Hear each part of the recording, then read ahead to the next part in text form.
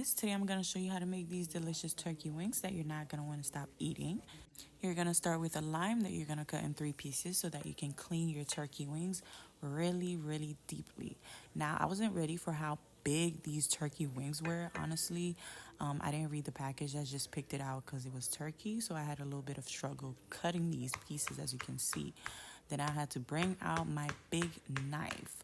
Be careful when you're cutting your wings, honey, because I don't want you cutting yourself just because you're cooking. But once you got that down, you've cut your wings and you start cleaning them, make sure that you get in all the cuts and crevices. As I usually say, you have to get all the blood out. You have to get everything so that you don't smell your turkey when you're eating it, okay? That would be nasty. But once you're done cleaning, you rinse that off and then you're gonna poke some holes into your turkey wings.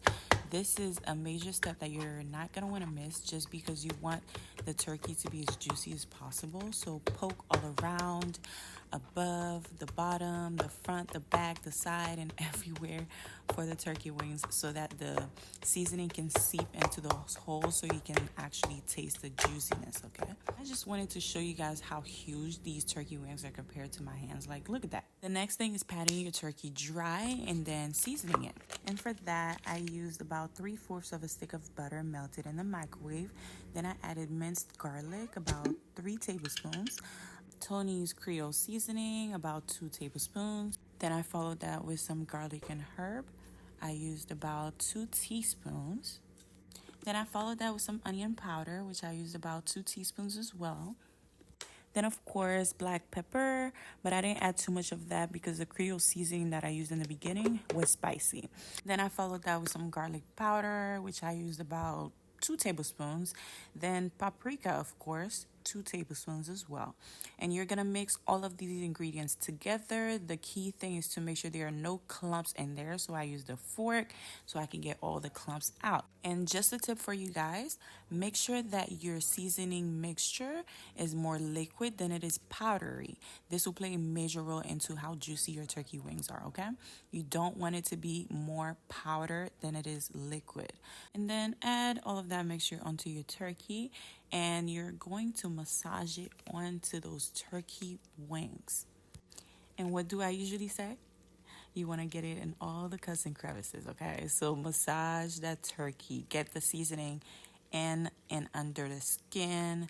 You want to make sure that it's everywhere on the turkey so that you can be as juicy as possible, honey. And this is what it looks like after you've done all of that seasoning, really well done. And then you're gonna add our secret ingredient, which is cream of mushroom. I used about half of the big can that I had, but you can add more if you need it, you know? Don't be shy with it. And we're doing the same thing here that we were doing before with the seasoning, where we massage everything onto the turkey so that we can make sure it gets all the flavor as much as possible. You can see right there. Then you plate that onto your pan, whatever you're using to bake it in the oven, and add some veggies. I used bell peppers and onions, and then you marinate this overnight. I know turkey can be very difficult to get all the flavoring and juiciness in there, so if you have some time, please marinate this overnight so you can get it to be as juicy as possible.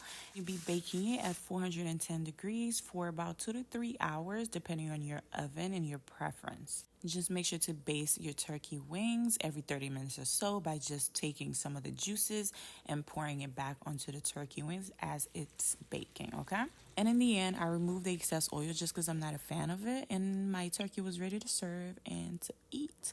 And you can see right there, it's very juicy, very tender, very delicious. As I'm looking at it right now, I'm getting hungry.